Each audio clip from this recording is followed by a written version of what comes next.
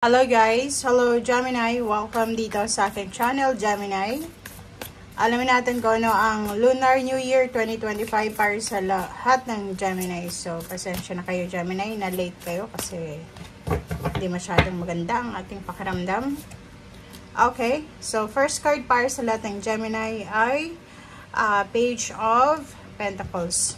So, yung Page of Pentacles ay pwedeng makaresonate doon sa mga Gemini na estudyante, Gemini na may career, like sa mga office, OFW, o yung ibang Gemini na may talagang nag-a-apply ng trabaho, parang ganun. So, sa first card mo na yan, sinasabi sa'yo Gemini na it's time to get to work. So, kung matagal ka nang nakatambay, matagal ka nang unemployed, oras na para bumalik sa pag-a-apply ng trabaho.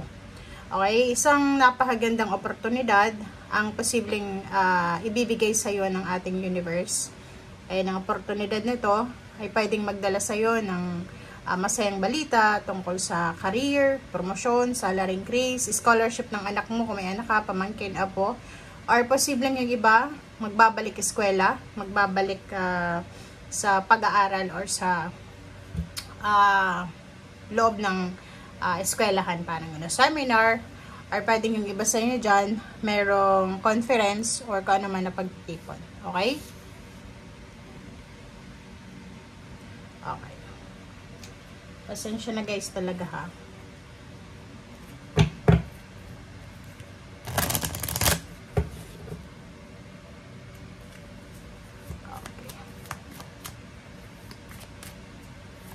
Gemini, race, or diba? So, it's confirmation, guys.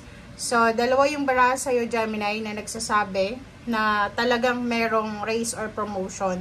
So, dito kung makikita mo, kinakongratulate ka ng barahang to. So, sinasabi sa'yo, Gemini, na congratulations on increase in your abundance flow awaits you. So, may naghihintay sa'yo this year of 2025, Gemini. May graduation or may naghihintay sa'yo na pagbabago ng abundance flow or yung flow talaga ng energy ng money or abundance and prosperity ay magbabago. Okay? Ito ay resulta ng pagiging positive mo, sa focus mo, and divine guidance. So, keep up the good work. Okay? Thank you, Gemini.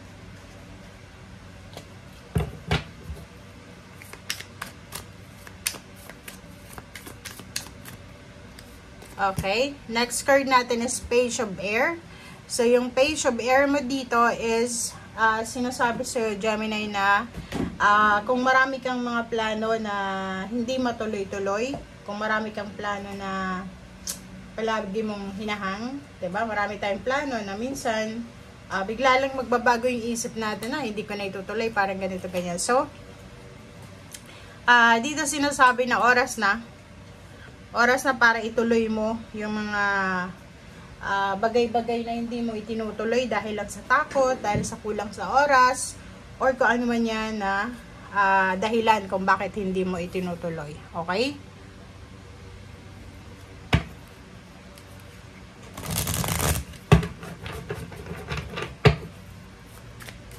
Okay, pasensya na talaga kayo Gemini ha. Na late yung reading niya. Okay. Six of Air. So, yun. So, Six of Air. Similar siya dito sa first two cards mo. Kasi, sinasabi dyan sa'yo na posibleng ikaw ay aalis sa isang sitwasyon na hindi na masyadong maganda. Okay? So, ibig sabihin, kung ikaw ay employed, hindi ka na masaya sa pinagtatrabahuan mo, siguro, lilipat ka or magkakaroon ka ng lakas loob this year na lumipat, or yung iba na tinatamad sa pagpoproseso ng papeles. Siguro yung iba sa inyo, ang gagawin nyo is maghihintay na lang kayo ng promotion or salary increase. Okay? Yung iba din, pwedeng mag-aaral sa malayong lugar, magde-training sa malayong lugar. Nakikita natin dito yung career change, career move, and yung iba na matagal ng, like for example, hindi ka nakapagtapos, nagtrabaho ka muna. Siguro this year, makakapag-isip ka Gemini na kailangan mong mag-aral, mag-seminar, dagdagan yung skills mo, or kailangan mong mas pag-ibayuhin pa yung skills na meron ka. Okay? Okay. Okay. Ten of Air. Ten of Air natin is all about Ten of Swords. So, sinasabi dyan sa'yo ng baraha na may mga emotional problems, emotional stresses ka na posibleng maayos mo this year. So, may mga emotional problems, emotional imbalances kayo, parents, siblings, office mates, boss, kung ano man na relationship na hindi masyadong maayos for the past few months or years, sinasabi diyan sa'yo na posibleng maayos. So, lalo yung tungkol sa career. Kasi, yung focus mo dito sa taong ito is all about career. Like, hindi kayo magkasundo ng boss mo, hindi kayo magkasundo ng katrabaho mo dahil nasaktan mo siya or sinaktan ka niya.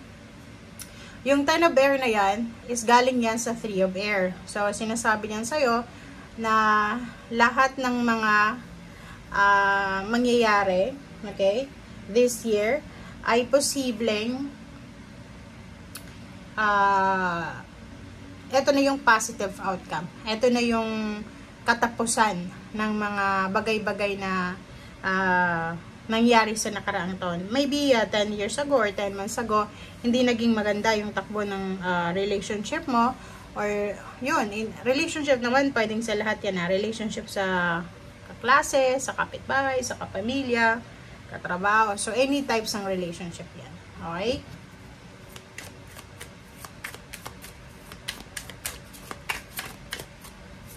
Okay. King of Air. So, yun. So, nakikita ko yung sobra-sobrang kagustuhan mo sa taong ito. Gustong-gusto mong makapag-travel. Gustong-gusto mong matapos yung problema mo, emosyonal. Gusto mo nang matapos yung mga nakahang na plano. Kasi marami kang nakahang na plano eh. Parang, yung nakikita natin dito, medyo may konting gigil, diba? Gigil na gigil yung iba sa inyo na sana matapos na ito, ganyan, ganito. Okay. Okay, so next is Two of Air. So, sinasabi dyan sa'yo, Gemini, na kailangan mong mag-isip ng maayos. Kinakailangan mong ayusin yung mindset mo sa taong ito.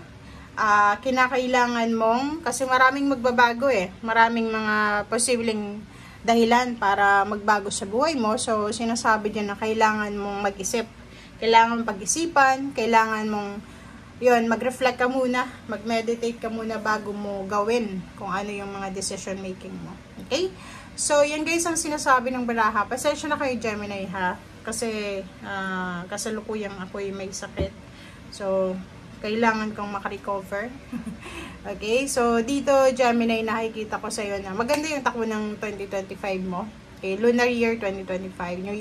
Lunar New Year 2025. So, yun, good luck sa'yo. Bye!